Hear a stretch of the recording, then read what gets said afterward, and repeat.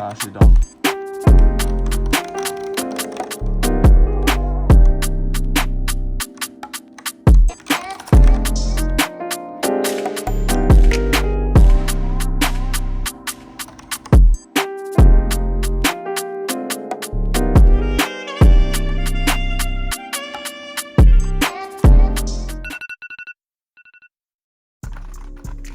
Okay, episode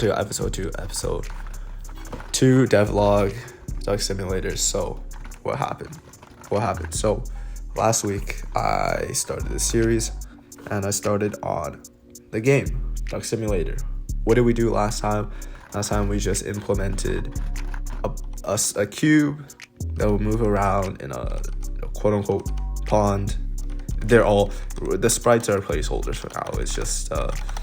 It's just a plane and a cube. Okay. Anyways, now the cube could move around. That's what I had last time. The problem is the code is absolutely disgusting. It's one file, it's one function. All the code is there. I need to refactor it, and that is what I did today. So how did I clean up the code? Well, I decided, of course, to split it up into separate files.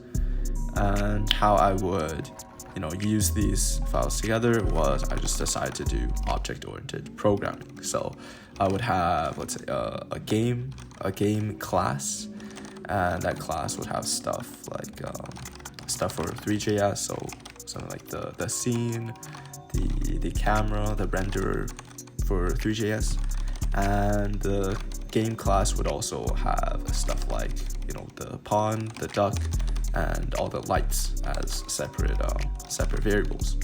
And also created a duck class which extends the 3JS mesh or the object, whatever it is, because of course the duck is going to be an object that's going to be rendered. And I just added in a update function which should separate some of the code from all being in one update function in the game class. We'll separate it out so we can have an update function in the duck class that handles all the stuff for the duck, like the movement each frame. Also created a pond class, and also I could, but I decided not to. I could also add a lighting class, lighting object, but I just decided to have the lighting be variables in the game, since I don't really need to access the lighting after, meaning I don't really have to update the lighting each frame. I don't have any functions that I would add to the lighting object. And speaking of game objects, I also made some bread. So bread is going to be obviously an important part of the game, since that's how the players will gain points by swimming around and eating the bread, or collecting it, eating it, whatever. So bread is also going to be a game object, just like the duck and also the pond, right? They're all going to be objects. The pond less so, because the pond is pretty much for decoration, right? They could be ducks floating in space, doesn't matter, right? But the bread is going to be important, and so are the ducks. So right now the game only has one duck that swims around by itself, and I made it so that we can check if the duck collides with any bread, and we can let's say collect bread, and we could add points if we want, but I didn't implement that. I did implement the detection for the bread, and right now the bread just disappears. I could very easily add points to that, but I think we'll leave that until we get the multiplayer thing going, because right now it's still single player. It's still a duck swimming around by itself. Bread just falls out of the sky, and we go around collecting it.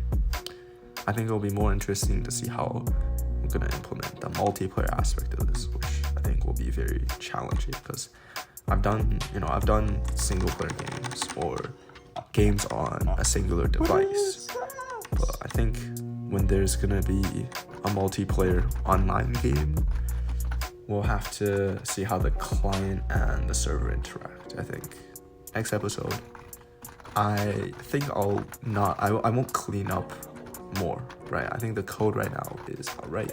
I think it's structured in a way that is scalable. I can actually work with this. And I think we'll clean things up after we'll get the multiplayer aspect finished. So next episode, I'm gonna go start work on the server, and I'll really have to do a bunch of research and learn about how to make a multiplayer game online. Okay, and I think that's it. I didn't really have many issues restructuring the code. I think it went pretty smoothly.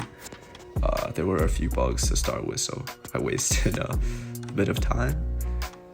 But overall, I think it was alright. And just because why not? I'm going to make another branch on the repository, which is gonna be the build branch, or I guess the pages. And you can actually visit this site right here. I'll put it in the video right here. Look, and in the description, and anywhere else I can put it. You go visit the site, go try it out for yourself. Alright, that's it for me. Peace.